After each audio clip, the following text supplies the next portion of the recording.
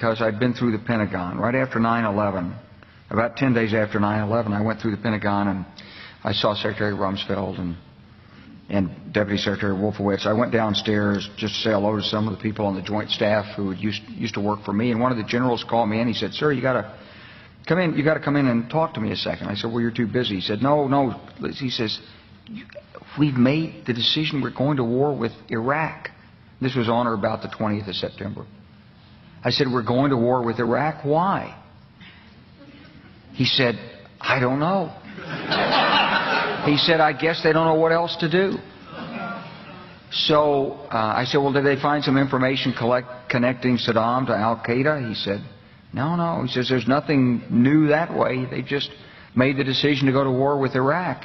He said, "I guess it's like we don't know what to do about terrorists, but we've got a good military and we can take down governments." And he said, "I guess if the only tool you have is a hammer, every problem has to look like a nail." So I came back to see him a few weeks later, and by that time we were bombing in Afghanistan. I said, "Are we still going to war with Iraq?" And he said, "Oh, it's worse than that."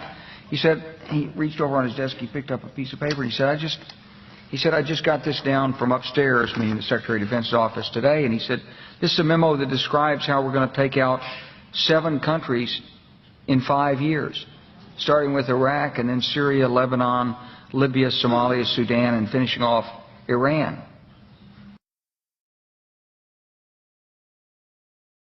This is a memo that describes how we're going to take out 7 countries in 5 years, starting with Iraq. My fellow citizens, at this hour, American and coalition forces are in the early stages of military operations to disarm Iraq, to free its people, and to defend the world from grave danger. And then Syria. We had a chance to talk about a wide range of international issues, including the situation in Syria. And I have to say that all of us who've been seeing the terrible pictures coming out of Syria and Homs recently recognize it is absolutely imperative for the international community to rally and send a clear message to President Assad that it is time for a transition, it is time for that regime to move on, and it is time to stop the killing of Syrian citizens by their own government. Lebanon. They both had different reasons, the State Department and the White House, for wanting Israel to do it, encouraging them to do it, supporting them. Our Air Force worked very closely with the Israeli Air Force for months before this, not necessarily with a deadline, knowing when it would happen. It was always going to be whenever there was an incident, they would take advantage of an incident. The word I used was fortunate timing. When Hezbollah grabbed some of the Israeli soldiers in early July, that was then a pretext, I think that's the only word, for a major offensive that had been in the works a long time. Libya. Today we can definitively say that the Gaddafi regime has come to an end. The last major regime strongholds have fallen. The new government is consolidating the control over the country, and one of the world's longest-serving dictators is no more. Somalia. Well, violence isn't only on the rise in Afghanistan. In fact, it looks like America's shadow wars have now increased by 1. Drone strikes have long been reported in Pakistan and Yemen, but now there's news that a week ago, a U.S. drone aircraft fired on 2 leaders of the Somalian organization Al-Shabaab. Sudan.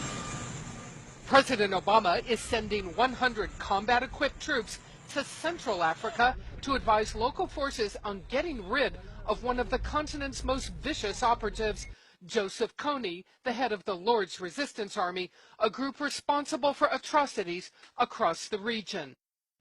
It's the first open deployment of U.S. ground combat power to Africa since the Black Hawk Down incident in Somalia in the 1990s that killed 18 troops. U.S. troops may wind up now in Uganda, South Sudan, the Central African Republic, and the Democratic Republic of the Congo. It's part of a growing military effort to engage in Africa. Finishing off Iran.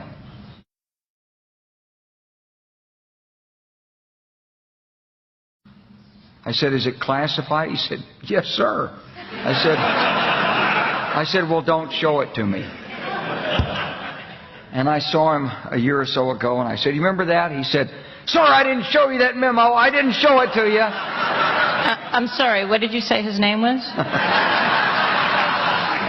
I'm not going to give you his name. So go through the countries again. Well, starting with Iraq, then Syria and Lebanon, then Libya, then Somalia and Sudan, and then back to Iran.